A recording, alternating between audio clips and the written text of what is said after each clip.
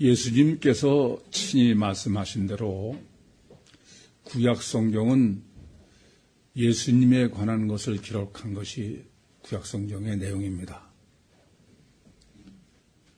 그리고 구약 성경에서 예수님께 대해서 말씀하신 것은 예수님이 메시아가 이 땅에 구세주로 오셔서 인간을 구원하겠다는 메시아 대망 사상입니다. 오늘 본문은 이렇게 수천 년 동안 성경에서 계시하신 메시아 대망 사상의 성취, 구원을 이루는 사건을 기록하고 있는 게 오늘 예수님이 예루살렘에 입성하시는 이 사건의 실제 내용입니다. 그래서 누가복음상에는 기록되어 있지 않습니다마는 마태, 마가, 요한복음에는 한결같이 호산나, 시편 118편 25절에서 26절에 계시하신 대로 이제 구원하소서. 예루살렘 입성이 이제 곧 메시아의 구원이다. 그렇게 성경이 계시하고 그 성취를 복음서에서 기록하고 있는 것입니다. 이러한 예수님의 예루살렘 입성의 이 사건이 어느 정도 중요하다고 성경이 강조하느냐 하면은 이 예루살렘 입성 사건은 네 복음서가 공히 다 기록하고 있습니다. 복음서에서 강조법 중에 최고의 강조법은 네 복음서의 동일 사건을 다 기록하는 것입니다. 우리가 생각하기에는 많은 것이 동일한 사건이 사복음서에 다 기록되어 있는 것으로 착각하기 쉽습니다만은 예컨대 주님의 잉태와 출생에 관한 것도 마태복음과 누가복음에만 기록되어 있지 다른 복음서에는 기록되어 있지 않습니다. 네 복음서에 동일한 사건이 다 기록되어 있는 것은 첫 번째는 예수님 위에 성령이 임하신 사건은 네 복음서가 다 기록하고 있습니다. 그리고 오병이어의 표적을 행하신 것을 다 기록하고 있습니다. 그리고 지금 오늘 본문 예루살렘 입성 사건을 기록하고 있고, 그리고 십자가 부활 이 정도만 기록하고 있다는 사실을 생각하면은 본문의 복음서에서 본문 예수님께서 예루살렘 입성하시는 이 기사가 어느 정도로 중요하다라고 강조하고 있는 점을 짐작하고도 남음이 있으실 줄로 압니다. 그런데 이렇게 동일 사건을 네 복음서가 다 기록하는 것을 성경적으로 올바로 정립하는 것이 보통 어려운 문제가 아닙니다.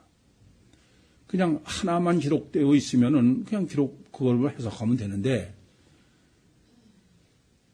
네 복음서가 동일 사건을 달리 기록하기 때문에 문제입니다. 그러한 성경적 의도는 우선 아셔야 될 것은 이 복음서 외에는 다른 데는 전부 종적으로 기록되어 있습니다. 역사적인 시간으로 보면 종적으로 기록되어 있습니다.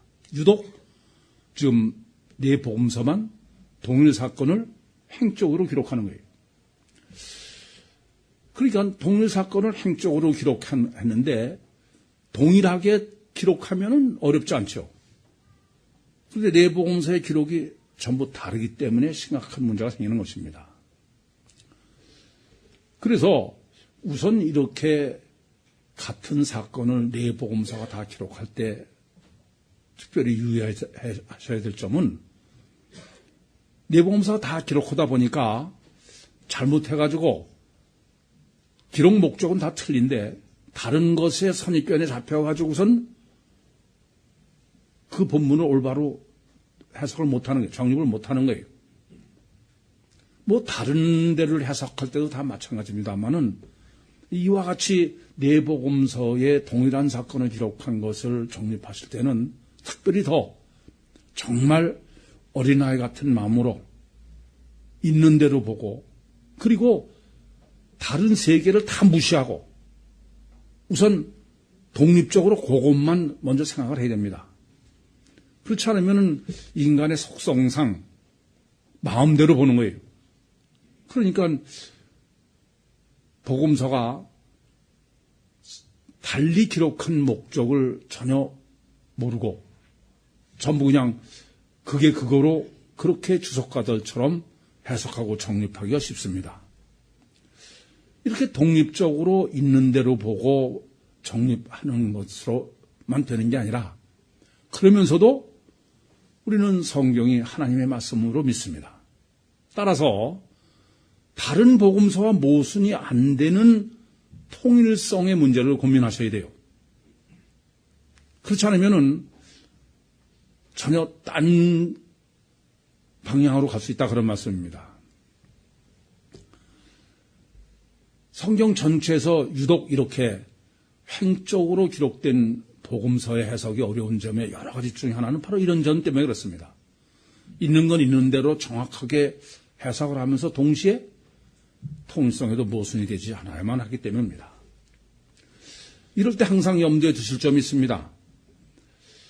네 복음서가 이렇게 달리 기록하는 것은 자유신학자들처럼 무슨 마가복음을 보고선 무슨 다른 것이 기록했냐 그런 쓸데없는 생각하시면 안 돼요.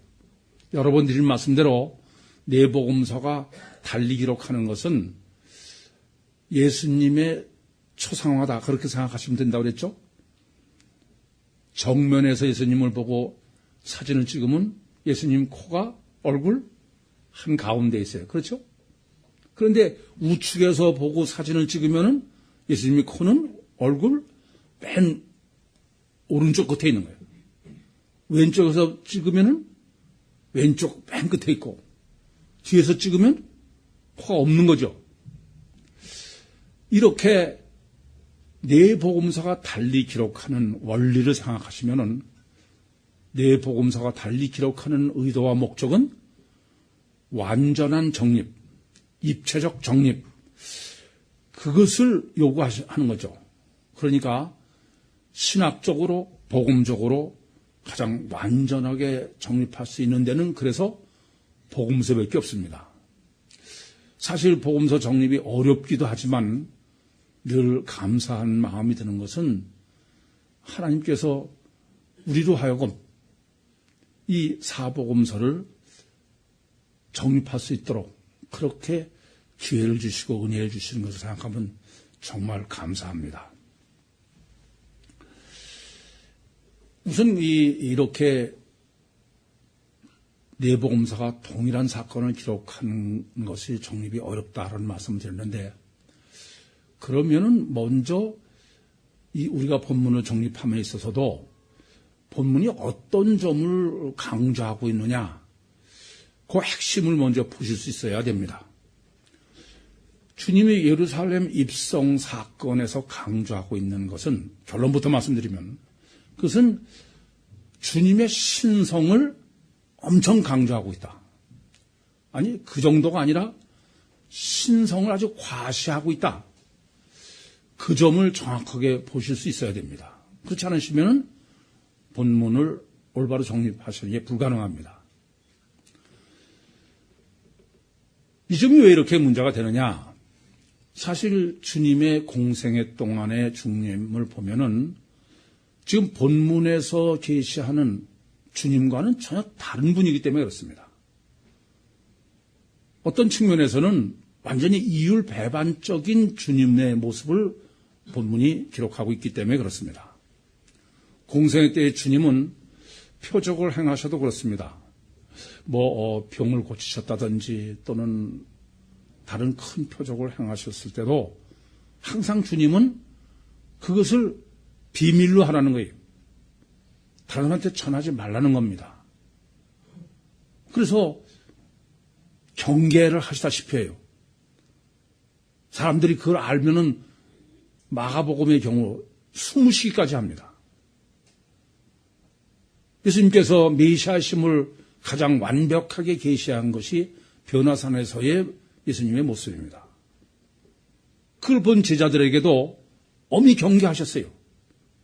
너희 본 곳을 내가 죽은 자 가운데서 일어나기 전에는 절대로 다른 사람에게 말하지 말아라.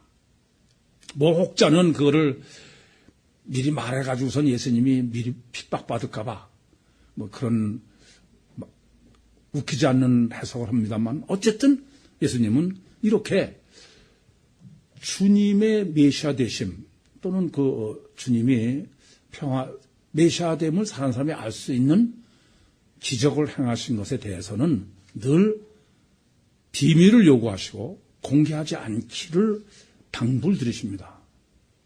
두 번째는 늘 주님은 자기를 비하하세요. 절대로 다른 데서는 야, 내가 메시아야 그러신 적이 없어요. 자기를 지칭할 때도 하나님의 아들이라는 말로 쓰지 않고 나는 인자다, 인간의 아들이다.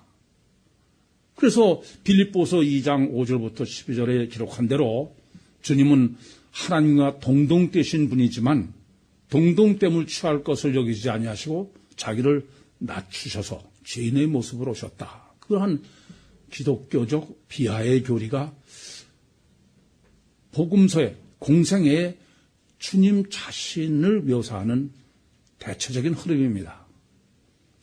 그래서 마태복음 11장 29절에도 주님은 나는 마음이 온유하고 겸손하다.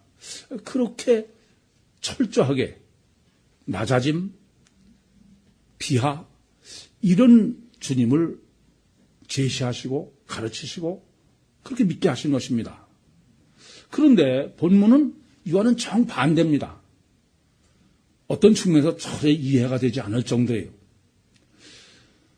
여러분들은 지금 예수님께서 제자들에게 너 저 건너 마을에 가가지고 나귀 새끼가 풀어있는 것을 끌고 와라. 그래서 누가 그 왜 남의 거 푸냐? 그러거든 주가 쓰시겠다 하라.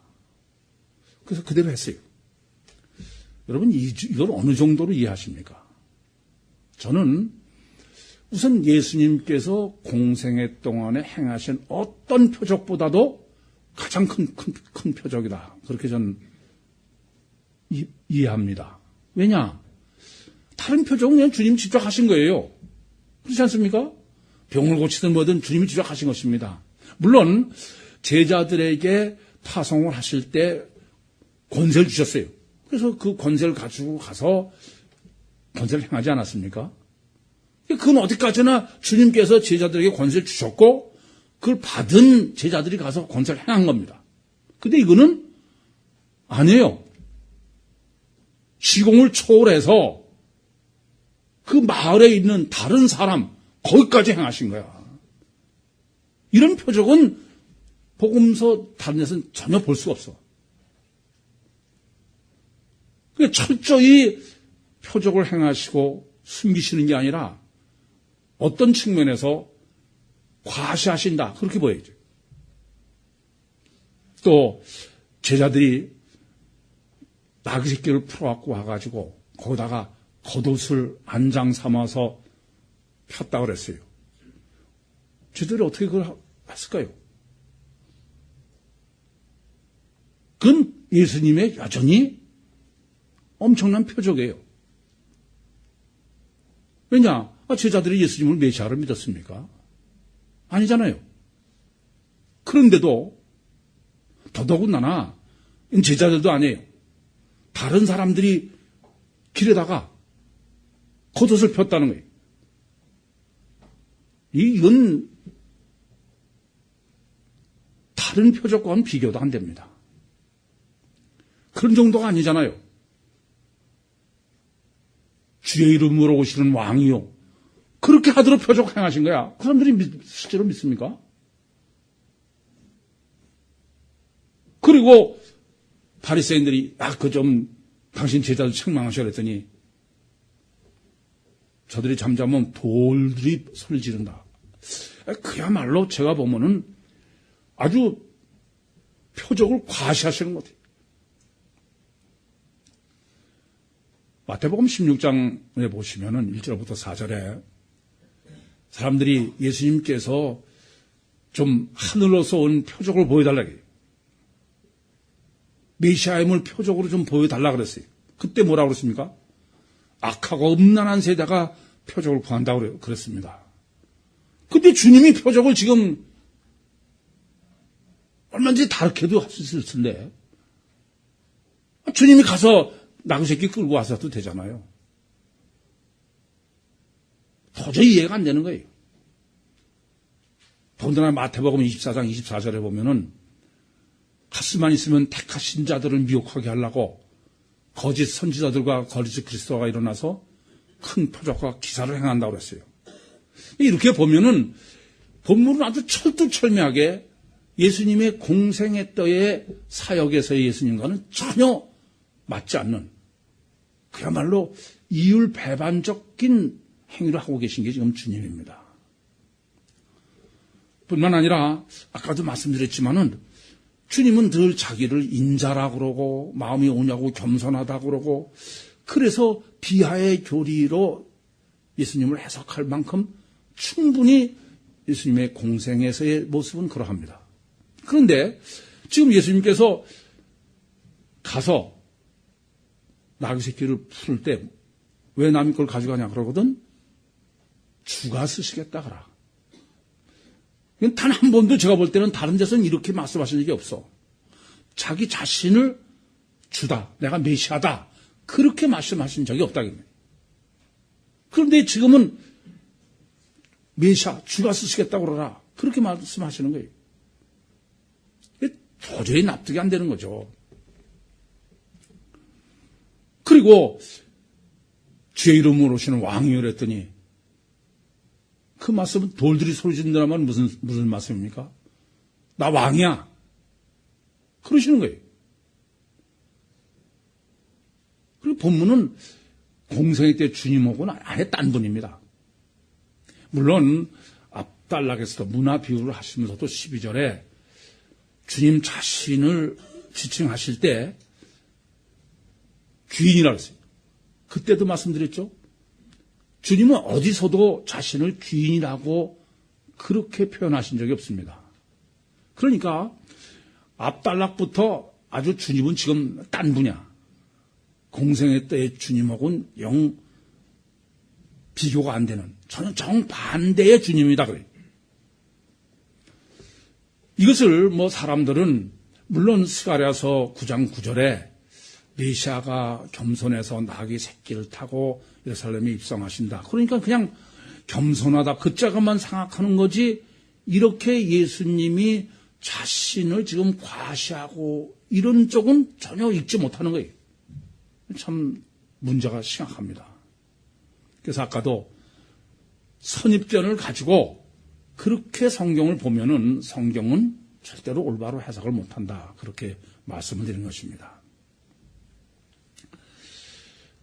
그럼 예수님께서 왜 이렇게 전혀 공생의 동안에 주님의 모습과는 다르게 이런 모습으로 예루살렘에 입성을 하셔야만 하느냐? 그게 문제인 것입니다.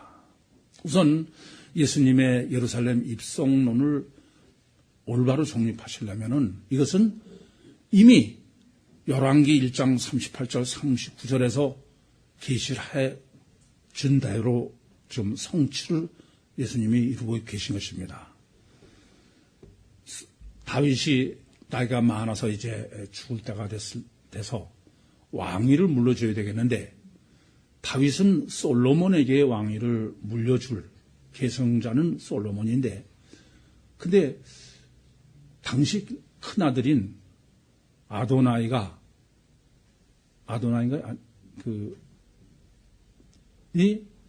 자기가 왕이 되려고 그래서 지금 솔로몬이 왕임을 공개적으로 알려야 될 그런 필요성이 생겨서 그래서 솔로몬을 데리고선 기드론 시내로 내려가서 거기서 다윗의 나귀에다가 솔로몬을 태우고 그러고선 기름을 부어서 왕 만세를 불러라.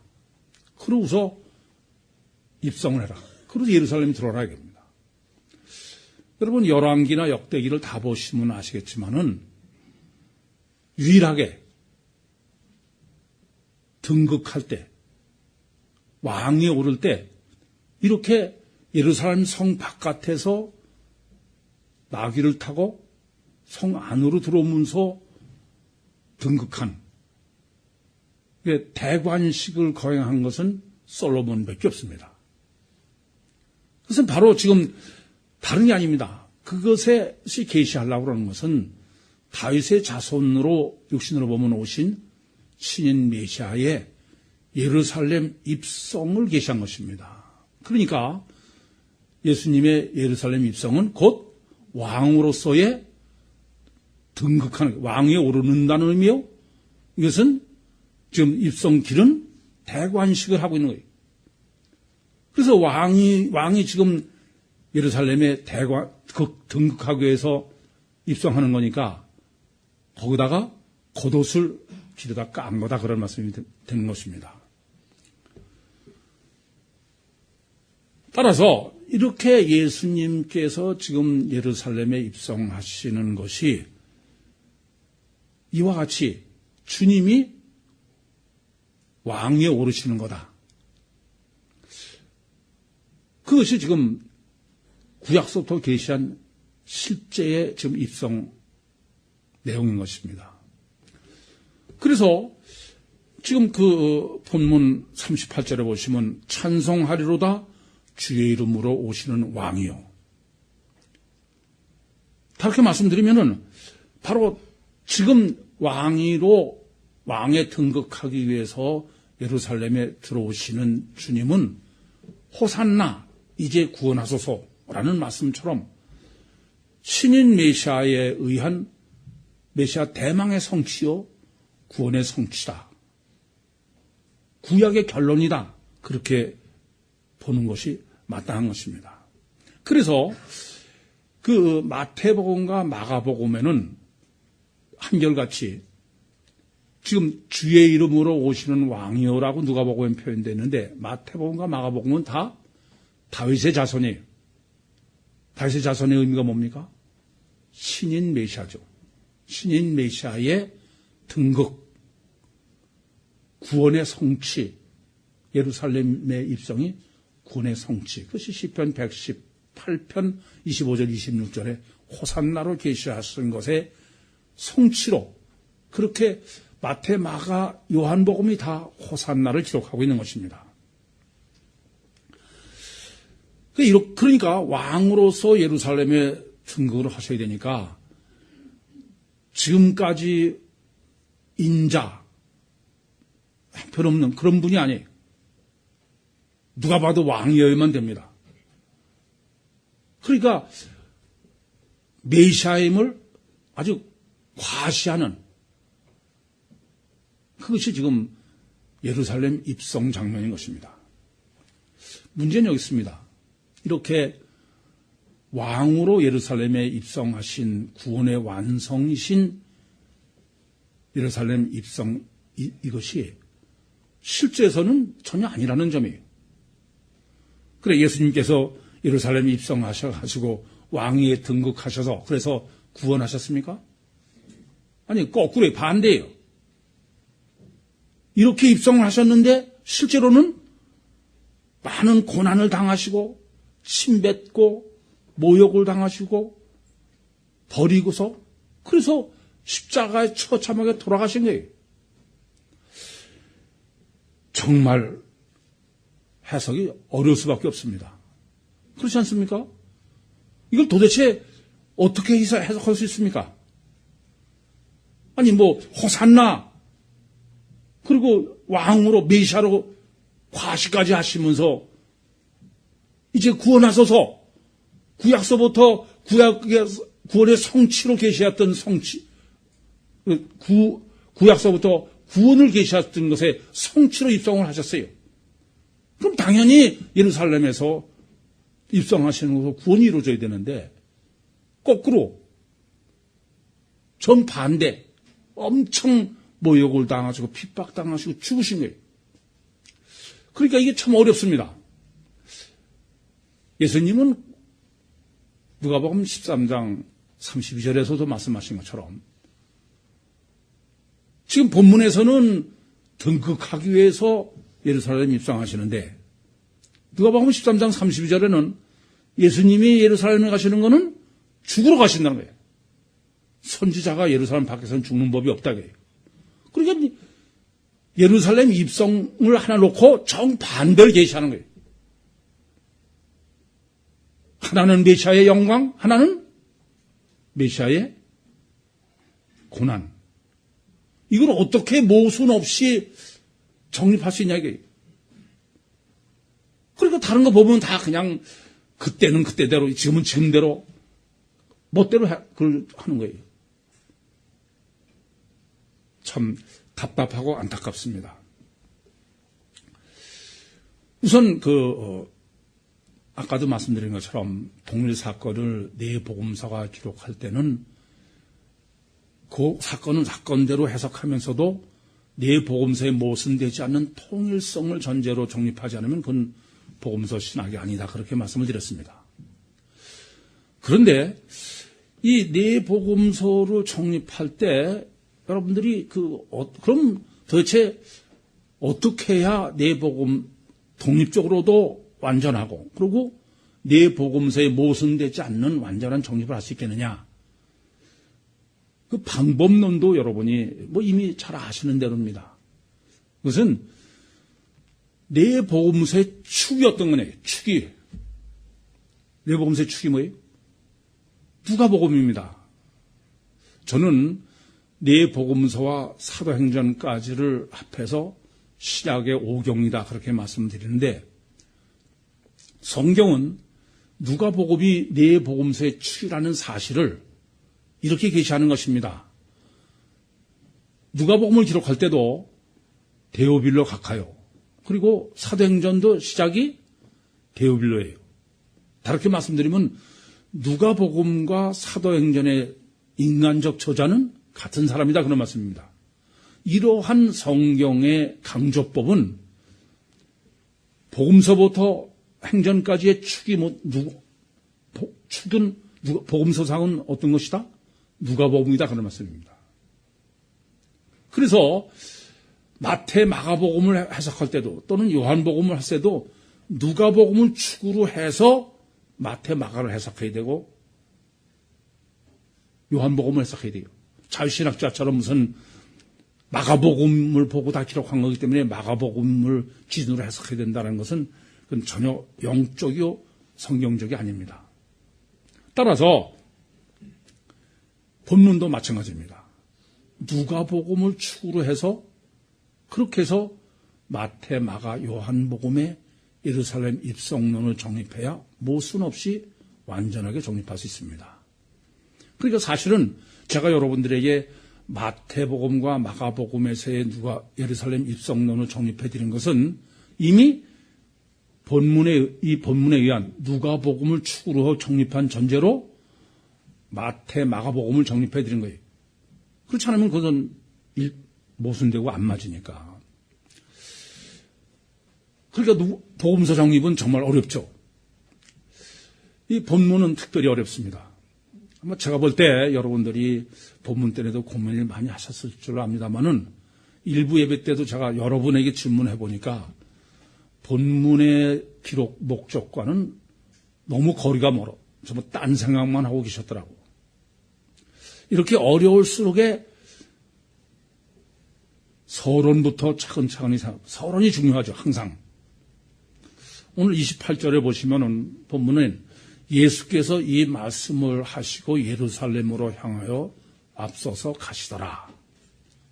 그러니까 이 말씀을 하시고 앞서서 가셨다. 그 말은 지금 압달락과 독립적으로는 본문 해석하면 안 된다 그런 얘기죠. 이 말씀을 하시고는 안 써도 돼 얼마든지. 그렇지 않습니까? 더군다나 본문은 카이로 시작됩니다. 그러니까 압달락과의 연계를 이중으로 강조하고 있는 거예요. 그러니까 압달락을 생략하고서 본문 해석은 전혀 해서는 안 된다. 그런 얘기 됩니다. 그런데 그 압달락이 뭡니까? 문화비유예요. 근데 그 문화비유는 또 어떻게 시작하냐면은 삭개오 집에서 그렇죠? 여리고 삭개오 집에서 그 말씀하고 또 연계된 거야.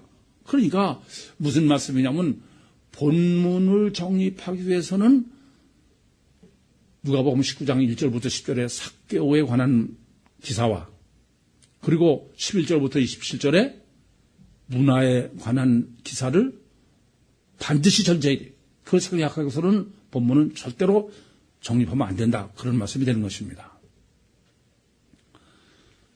그러면 이제 본문에서 예루살렘의 등극이 어떤 의미냐 이걸 아셔야 돼. 이것을 여러분들이 빨리 정확하게 정립하기 위해서 구절 좀 잠깐 더 말씀드리겠습니다. 우선 여러분 아셔야 될 건요. 예수님이 삭개오 집에 들어가셨던 것은 실제 역사적 사실이에요. 그렇지 않습니까? 또 지금 예루살렘의 입성도 역사적 사실입니다. 근데 그 가운데 뭐가 들어있냐면 문화의 비유가 샌드위치로 들어있어. 이러한 구분을 여러분이 머릿속에 생각하시면서 정립하시면은 본문이 훨씬 명확하게 산뜻하게 정립할 수 있습니다. 그러니까 이런 의미죠. 문화를 가운데 놓고 지금 양손에 한쪽은 삭개오, 한쪽엔 예루살렘 입성. 그런 의미가 되는 것입니다. 그 말은 지금 삭개오에 관한 기사와 예루살렘 입성의 기사가 같다 다르다? 같은 거예요. 그걸 지금 가운데 문화 비유로 샌드위치로 넣어놓으시고선 요 점을 구분 지금 강조하고 있다 그런 말씀입니다. 그러면은 훨씬 쉽습니다. 예루살렘의 입성은 무슨 의미가 됩니까? 그것은 예수님께서 삭개오의 집에 들어가신 거예요. 그렇지 않습니까?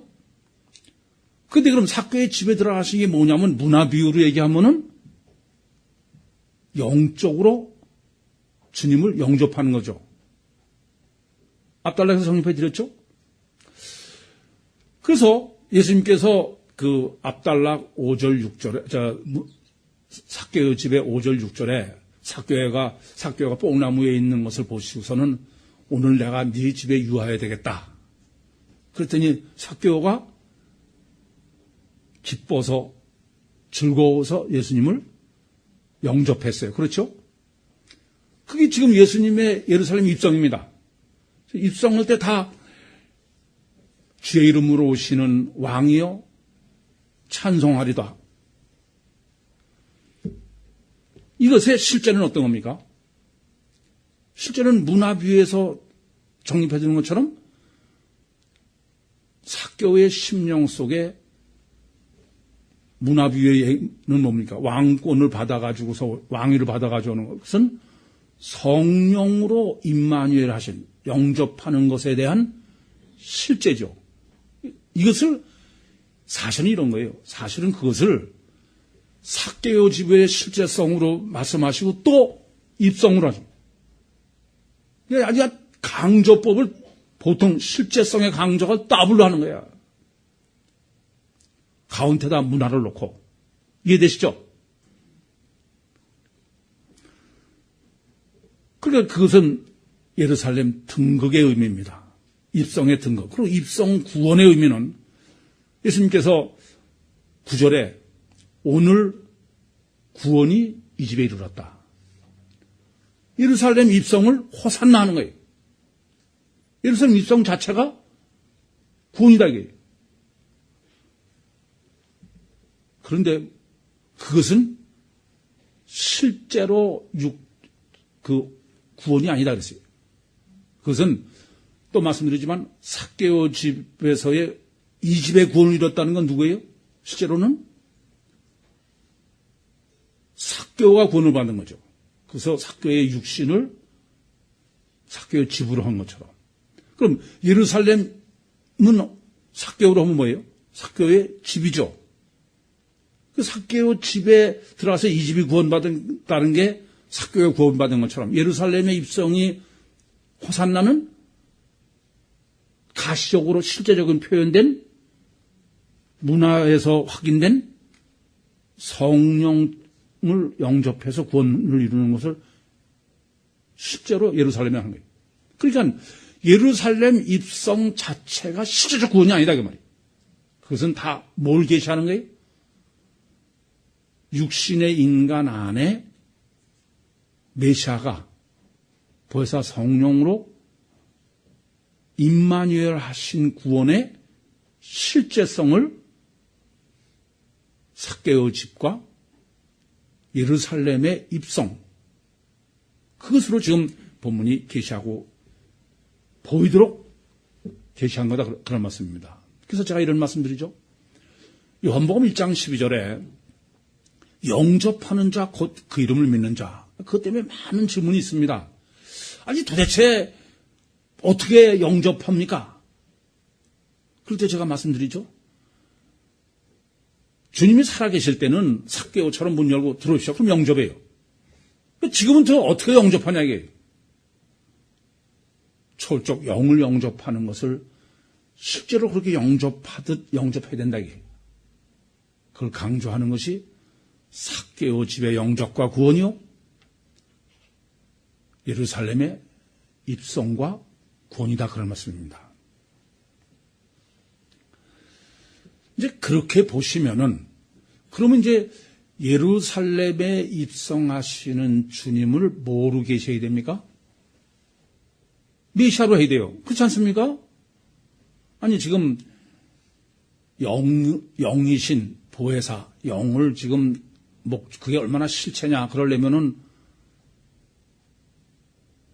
계시를 할 때 메시아이죠. 가시적인 메시아. 이해되십니까? 그래서 그것을 계시해야 되기 때문에 철저하게 공생애 동안에는 자기를 표적을 행하시고도 숨기셨는데 지금은 실제성 때문에 오히려 과시하셔야 됩니다. 그래서 나귀 새끼를 가서 풀어와라. 이게 철저하게 지금 공생애 동안은 오히려 상상도 못할 메시아를 지금 과시하시는 거예요. 메시아로 틀림없이 믿어야 되니까.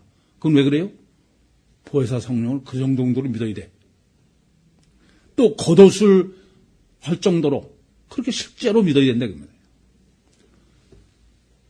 그리고 왕이요, 그래야 돼. 왕으로, 메시아로 믿을. 그런데 하나 간과하시자면 안 될 게 있어요. 이것은 오직 누구한테만 이렇게 계시하시고 과시하느냐, 대상이 누굽니까? 예? 누구한테 하셔? 제자들이에요. 찬송하려다 주의 이름으로 오시는 이여, 그것도 온 무리 중 제자들이야. 그러니까 무슨 말씀이냐 하면 지금 예수님은 누가복음상에서는 무리, 오크로스와 제자, 마데테스와 사도, 아파스톨로스가 어떤 의미로 구별하는지 아시겠죠? 그러니까 무리 중에 제자들만 따로 한 거예요. 다르게 말씀드리면은 지금 본문의 목적은 제자들로 하여금 예수를 메시아로 믿게 하기 위한 제가 이 표적을 행하시는 것을 등산 믿음이라고 그랬죠. 등산 믿음 이해되십니까? 등산 믿음은 어떤 믿음이냐 하면은 그야말로 이성적으로나 이런 건 이해가 되지 않지만 표적을 통해서, 그래서 그것은 맹신맹종입니다. 아니 여러분 생각해봐. 너 저 마을로 가가지고 그래서 나귀 새끼 있는 거 풀어와라. 정상적인 이성을 가지고 못해요. 아니 이거 남이 걸 훔쳐오라는 겁니까? 그래야 되는 거 아니에요? 안 그래요? 그런데 아무 소리 않고 가서 하는 거예요, 그대로. 그러니까 완전히 맹신하고 그대로 자기가 뭐 이성적으로 이해는 상관도 없어요. 맹종하는 거야. 두 번째는 이렇게 주님이 제자들만 맹종하게 한 게 아니에요. 주님, 그렇게 하는 것은 주님 자신도 지금 우리 표현, 우리가 쉽게 이해하는 것은 엘로힘적 역사를 하는 거죠. 그러니까 다르게 말하면 제자들에게도 맹신맹정의 엘로힘적 믿음으로 주님이 역사하셔서 하는 거지. 아까도 말씀드렸죠? 아니, 뭐, 제자들이 아니고 지금 그 마을 사람까지도 역사를 하시는 엄청난 기적을 행하시는데 제자들 말할 것도 없어요. 그러니까 마을 사람들도 전부 맹신맹종이요. 제자들도 맹신맹종이요. 마을 사람들은 제자에 포함되니까, 안 되니까 여긴 그 이상 기록이 없어. 그리고 예수님도 엘로힘적 역사야. 그러니까 무슨 말씀이냐면 예수님도 엘로힘적 아주 철저하게 등산 믿음을 위한 엘로힘적 역사를 하고 제자들도 철저하게 엘로힘적 믿음으로 그렇게 딱 설정해 놓은 거예요. 이것이 본문 해석의 가장 어려운 핵심입니다. 왜 그랬을까요? 왜 주님이 공생애 동안의 주님과는 다르게 철두철미하게 엘로힘적 주님을 계시하고 또 제자들은 철두철미하게 엘로힘적으로 설정해 놓으시는 게 왜 그러냐고요. 여러분이 코이노냐 하시면서 이 점을 간과하셨으면 이건 본문은 전혀 잘못 해석해요. 일부 예배 때 여러 분한테 물어봤어. 아무도 몰라. 그럼 코이노냐 뭐 한 거예요? 결론부터 말씀드리죠.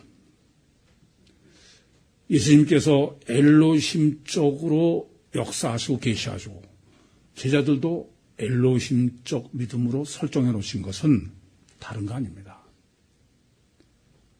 지금 주님은 압달락 문화 비유에서 한 문화씩 나눠주신 거예요. 한 문화를 어떻게 해석했습니까?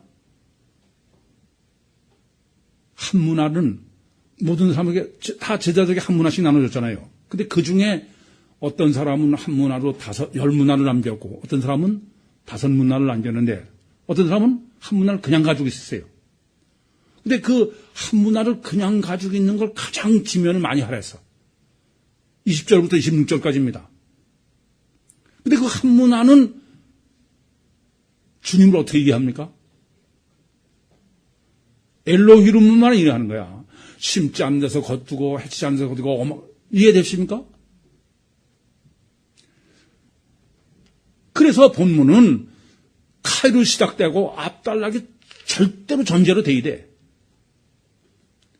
지금 예수님께서 예루살렘에 입성하시면서 철두철미하게 예수님도 엘로힘적, 제자들도 엘로힘적. 그것은 제자들한테 다 한 문화씩을 나눠주신 비유를 실제로, 지금 앞에 비유를 실제로 지금 예수님께서 보여주시고 설명하시는 것입니다.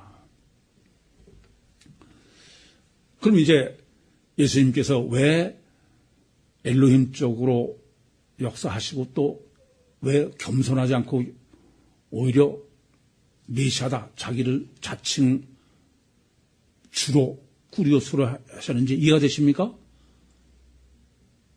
한 문화씩을 나눠준 거예요. 이제 그러면 본문에서 바리새인을 정리해야 되겠죠. 39절에. 바리새인은 그럼 어떤 의미로 지금 설정되어 있느냐. 그 14절에 보면은, 압달락 14절에 보면은, 주님이 왕위를 받아가지고 오려고 타국에 갈 때, 이게 어떤 폴리스죠. 백성이라고 그랬지만은, 그건 누구라고요? 인본이라고 그랬죠. 그 사람이 뒤로 사자를 보냈다고 그러는데 사자가 아니라 누구라고요? 장로야. 바로 지금 바리새인이 누구냐 하면은 그 장로예요. 유대교의 대표, 장로. 그런데 그 장로가 14절에 뭐라고 그럽니까? 왕됨을 원치 않는 거야. 그래서 미워해가지고서는 나 그래서 28절에는 아주 다 진멸해 쳐 죽여버렸잖아요. 27절에. 지금 본문 보시면 바리새인이 사람들이 주의 이름으로 오시는 왕이요. 그러니까 뭐라 그럽니까? 선생이요. 저들을 책망하셔요. 주님이 왕 되길 원치 않는 거예요. 여러분, 본문은 철저하게 지금 다시 말씀드립니다. 삭개오 집은 서론이에요. 그걸 본론을 문화로 정립해서 비유로. 그리고 그것을 지금 예루살렘 입성으로 실제로 재확인하는 거예요. 실제. 문화의 비유의 실제. 이해되십니까? 그러면은 이제 훨씬 본문이 명확해집니다. 주님의 예루살렘 입성 신학은 누가복음을 축으로 이렇게 해석하시면은 마태복음과 마가복음 그리고 요한복음의 입성 신학이 틀림없이 정립될 수 있는 거예요. 그것은 누가복음에만 기록되어 있는 삭개오 구원론과 문화 비유론을 전제로 예루살렘 입성론을 정립한 누가복음으로 마태, 마가, 요한복음을 정립해야 된다. 그런 말씀입니다. 여기까지는 이해가 되십니까? 그래서 이 본문에서는 앞단락에서 아까도 말씀드렸지만 가장 문제가 되는 것이 바로 한 문화의 문제다 그랬습니다. 성경이 예루살렘 입성은 메시아의 영광을 계시하면서 동시에 정반대로 십자가의 길을 계시하셨다. 그 점을 이제 여기까지 정립하시면 완벽하게 정립할 수 있을 것으로 보입니다. 우선 이 한 문화를 받은 엘로힘적 신앙의 한계. 그건 어떤 것이냐? 왜 그 엘로힘적 신앙이 안 되냐게. 그는 결국 스칸달리저로 지옥 가야 되느냐는 의미입니다. 우선 맹신맹종의 엘로힘적 신앙은 우리가 보면은 아주 믿음이 좋아요. 우리가 보면은 그렇지 않습니까? 제자들을 갖다가 너 마을로 가서 남이 거 풀어와라. 그럼 그걸 가서 그대로 했어요. 그거 얼마나 믿음이 대단합니까? 여러분 이게 문제가 되는 거야. 맹신맹종은 우리가 보기엔 믿음이 대단한 거예요. 근데 그것은 제가 정립해드린 거로는 이런 엘로힘적 믿음은 뭐라고요? 자기 확신이야. 여기에 문제가 있다 그런 말씀입니다. 그러니까 자기 의심이 아니다 그런 얘기예요. 자기 의심했으면 가서 낙이 풀어오지 못하죠. 그럼 이러한 맹신맹종의 우리가 외적으로 보면 대단한 믿음인데 근데 그 결국은 어떠냐? 성경이 계시하는 거는 여러분 지금 나귀 새끼를 풀러 갈 때 누가 갔어요? 베드로하고 요한이 갔잖아요. 그런데 한 문화만 가지고 있는 엘로힘적에 아직도 그런 베드로는 어떻게 했어요? 부인한 거야. 그러니까 그 문화 신앙 가지고는 안 된다. 엘로힘 신앙 가지고는 안 된다 겁니다. 또 지금 찬송하리로다 주의 이름으로 오시는 왕이요. 이런 그 무리 중에 제자들이라는 사람이 예수 십자가에 못 박은 사람입니다. 더 말할 거 없어요. 가룟 유다의 배반은 한문화 신앙, 엘로힘적 믿음 그거 가지고는 안 된다 겁니다.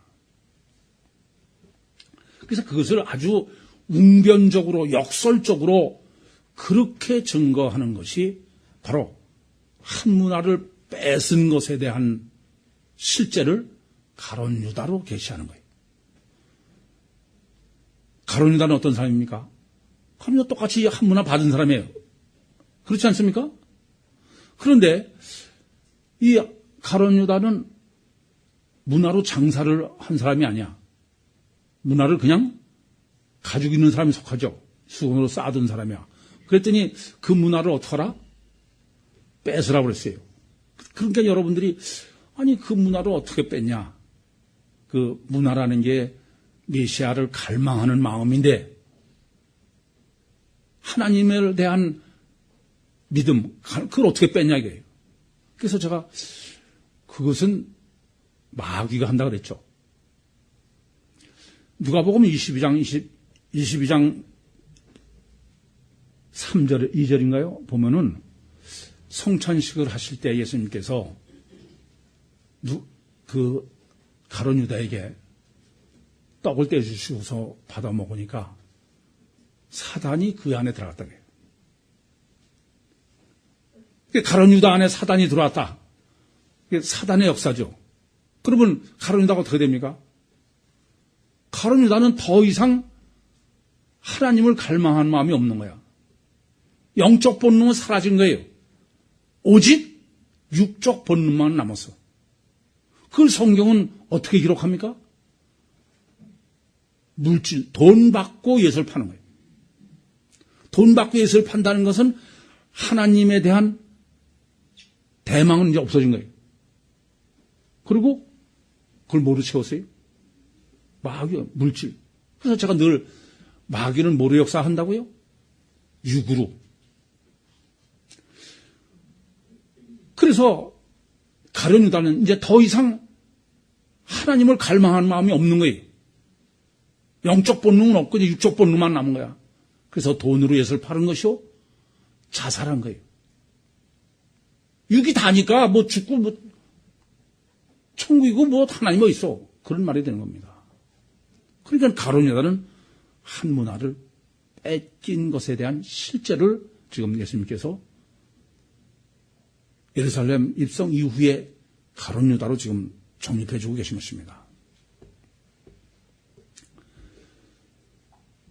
그러면 이제 예수님께서 아까도 말씀드렸지만은 예루살렘 입성 자체는 한 문화를 나눠준 거예요. 엘로힘 쪽. 이해되십니까? 그러고선 예수님께서 문화 비유를 하실 때 장사는 언제부터 하는 거라고요? 예수님이 승천하시면서야, 그렇지 않습니까? 먼 나라로 왕위를 받으러 떠나시면서 장사라고 그랬어. 그러면 왕위를 지금 받기는 언제, 할 문화는 언제 받은 거예요, 지금? 본문에 의하면 예루살렘에 입성하실 때 받은 거야. 그렇죠? 그리고 장사는 언제 해야 돼? 승천하신부터 장사해야 돼. 그러면 지금 받아서부터 승천하시기 전까지가 뭐예요? 예수님의 그 많은 고난이 다 그 안에 들어있어. 그럼 그게 무슨 기간일까요? 장사 준비 기간이야. 이해되십니까? 가룟 유다는 장사를 준비하는 기간에 문제가 생긴 거야. 그러니까 그 준비 기간 동안이 주님이 뭘 만들었냐? 심령을 가난하게 만드신 거야. 그래서 모든 고난에 동참케 하시는 거예요. 겟세마네 동산에서도 십자가 밑에도 심령을 깨트리신 거죠. 그게 깨져야 심령이 가난해져야 그래야 영적 본능으로 가는 거예요.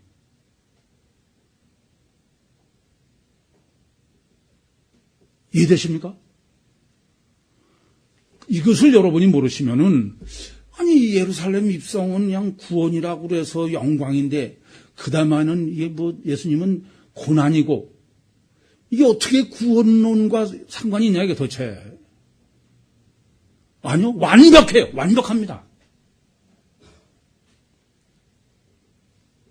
그리고 왕위 받으러 가시는 동안에 간절한 마음이 생겨야 돼요. 며칠이요? 50일.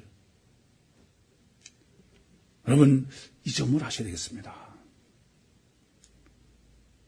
십자가는 다른 게 아니에요. 아무든지 나를 따라오거든 자기를 부인하고 자기 십자가를 지고 나를 쫓아라. 이 확신에 찼던 제자들이 전부 의심에다 몰아넣는 거예요. 고민하고 갈등하고 자기 확신이 자기 의심으로 바꿔야 돼.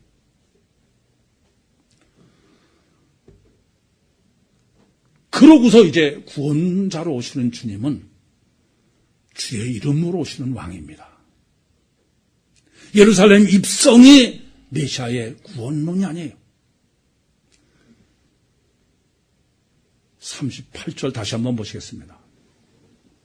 가로되 찬송하리로다 주의 이름으로 오시는 왕이요 하늘에는 평화요 가장 높은 곳에서는 영광이로다 하니.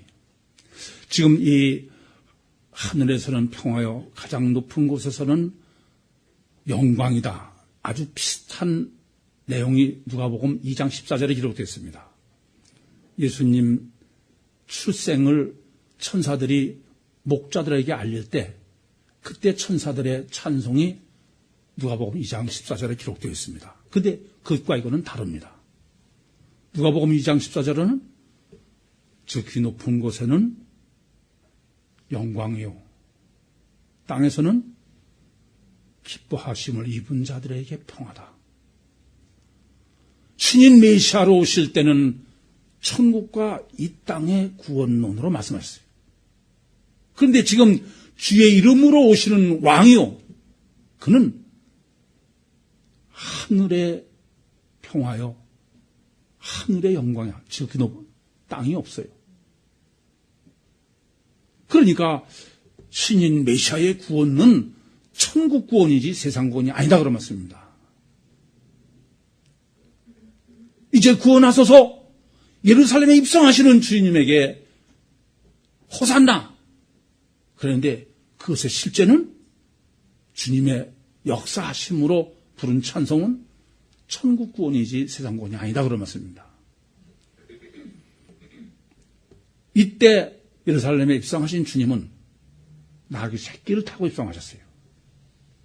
그래서 이따 마태복음과 마가복음에는 잘 정립해 드렸어요. 이따 강의 시간에 할 문제지만 스가랴서 9장 9절의 기록대로 겸손하시다.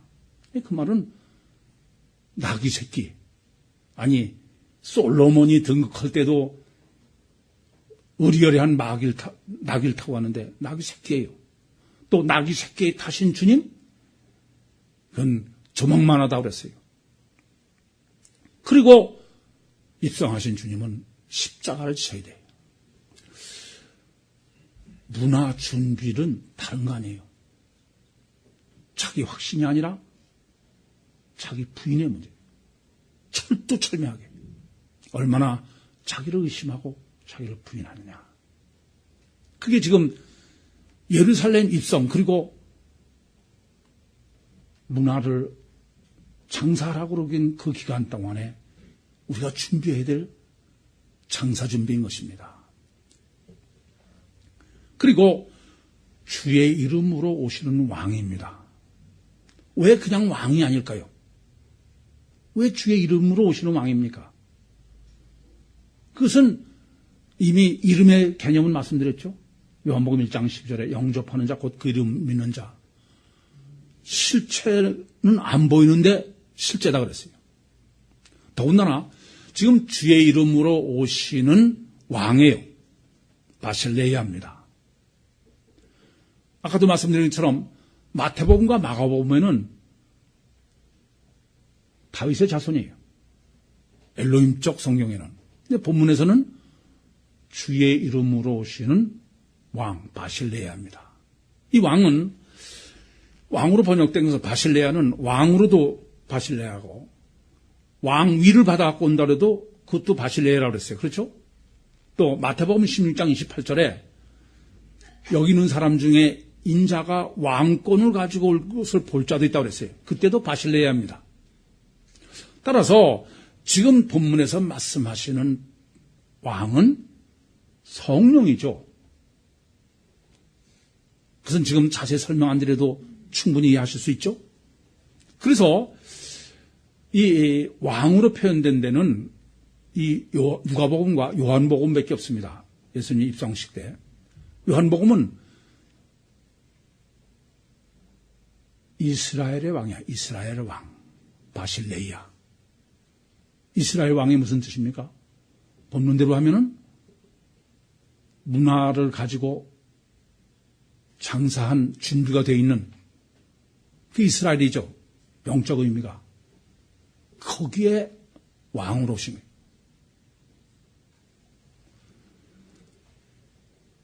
네 복음사가 예수님의 예루살렘 입성을 다 기록합니다. 그것의 가장 중요한 목적은 무감지 무의식 무의진 보혜사 성령으로 오시는 주님을 정말 실제적 하나님으로 메시아로 그리고 인격적으로 실제적으로 영접만이 구원이다 그런 말씀입니다. 그렇게 해서 구원 내 안에 전지전능하신 하나님으로 인도하신 보혜사 성령의 주님은 나를 왕으로 하신 엑수시안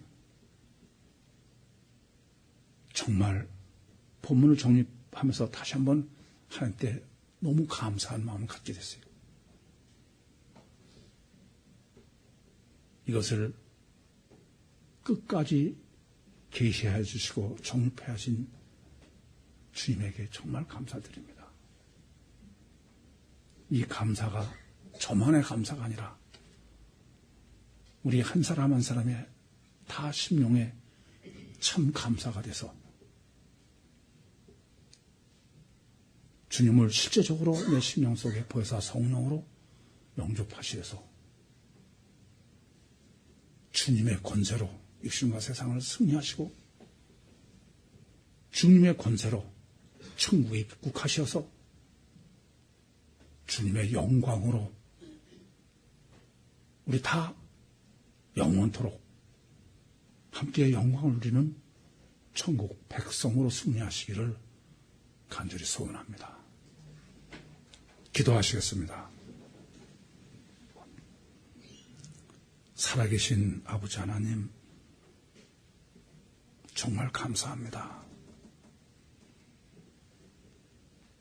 여기까지 정립케 하시고 여기까지 믿게 하시고 여기까지 승리케 하심을 감사드립니다.